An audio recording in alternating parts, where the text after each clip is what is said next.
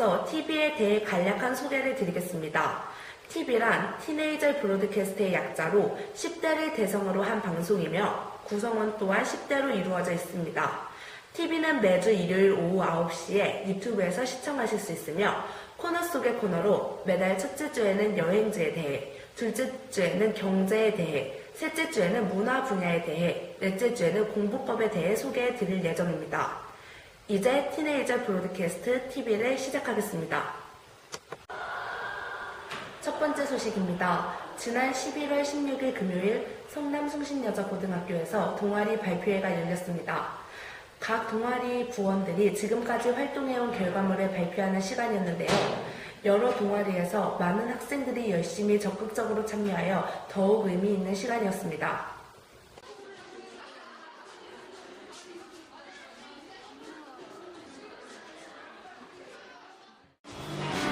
저희 동아리는 지역사회에 대해서 연구하는 동아리인데요. 저희 동아리에서 이번 연주 했던 일은 벽화 그리기 사업을 통해 문화사업을 많이 했고요. 이런 경험을 통해서 청소년들이 사회에 얼마나 참여해서 세상을 바꿔나갈 수 있는지 많이 배웠던 계기가 되었던 것 같습니다. 저는 영어 연습입니다. 저는 거기서 제가 맡은 역할은 왕자의 친구이자 신하고요. 그 역할을 맡으면서 영어에서 좀 부족했던 점을 채울 수 있었고 함께 연습하면서 공동체 유대감을 형성할 수 있어서 좋았습니다. 이어서 두 번째 소식입니다. 11월 17일 토요일 서울 미동초등학교에서 경제탐구 토론대회 본선이 열렸습니다. 초중고 학생들이 모두 참여할 수 있는 대회로 3인 1팀을 구성해 경제적 문제와 논제에 대해 토론하는 시간을 가졌습니다. 당일 많은 팀들이 참가해 뛰어난 실력을 빛내는 자리를 가졌습니다. 내년에는 대회에 대해 더 많은 홍보가 이루어져 올해보다 많은 학생들이 참여하게 되길 바랍니다. 세 번째 소식입니다. 내년부터 한글날이 공휴일로 제정될 전망입니다.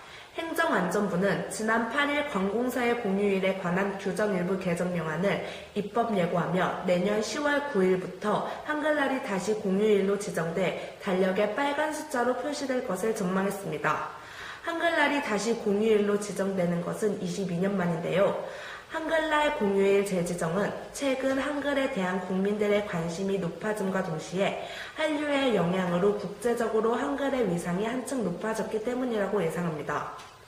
지난 2009년에는 인도네시아의 부톤섬, 바우바우시의 찌아찌아족의 부족어 표기에 한글을 쓸 것을 결정하며 우수성을 인정받고 주목을 받은 계기가 되었는데요. 8일 22년 만에 공휴일로서 재지정된 만큼 우리가 한글을 아끼고 사랑하며 지속적인 관심을 표현하는 것이 가장 중요하다고 생각합니다. 네 번째 소식입니다. 10대들이 선호하는 직업과 그 이유에 대해 TV에서 19일부터 22일까지 새 학급을 대상으로 설문했습니다.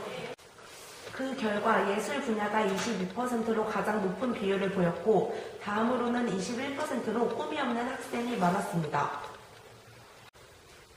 최근 꿈이 없는 학생들의 비율이 높아지고 있습니다. 한국고용정보원의 진로교육실태조사 보고서에도 장래희망이 없다고 답한 학생 비율이 중학생은 34.4%를, 고등학생은 32.3%를 기록했습니다. 우리나라 중고등학생들은 자신의 장래에 대해 밑그림조차 그리지 못하고 있는 실정인데요. 진로 탐색을 미루기만 할 것이 아니라 적극적인 관심과 프로그램 참여가 중요합니다. 다음은 코너 속의 코너 시간입니다. 11월 셋째 주를 맞아 간단히 책 한 권을 소개하도록 하겠습니다. 책에 대한 소개는 장은영 학생이 하도록 하겠습니다.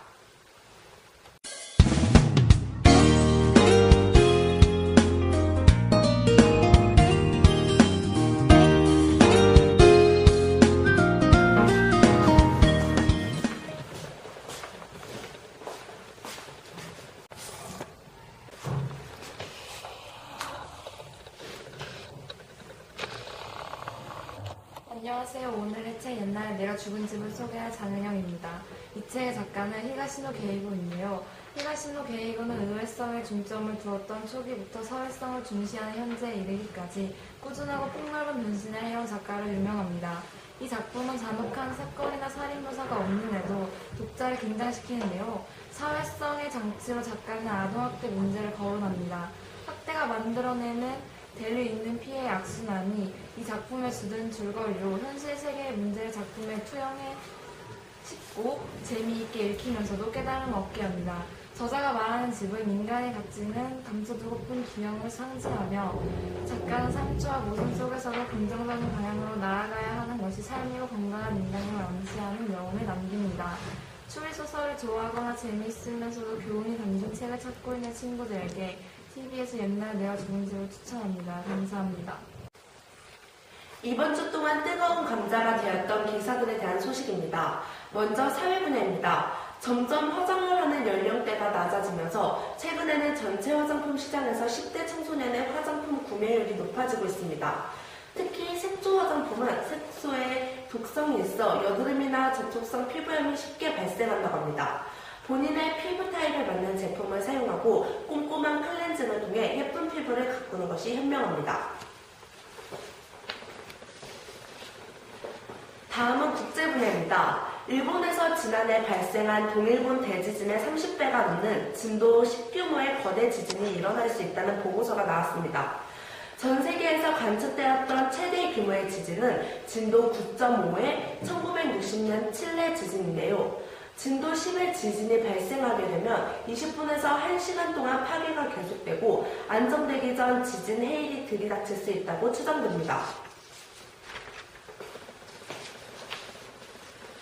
마지막으로 정치 분야입니다. 화학적 거세가 피해자의 나이에 상관없이 전면 확대되었고 전자발찌 부착 대상에는 강도 범죄가 추가되었습니다. 강력 범죄와 성범죄의 비율이 높아지면서 사회가 불안에 떨었는데요. 적절한 대응을 통해 범죄율을 낮추는 것이 가장 시급합니다.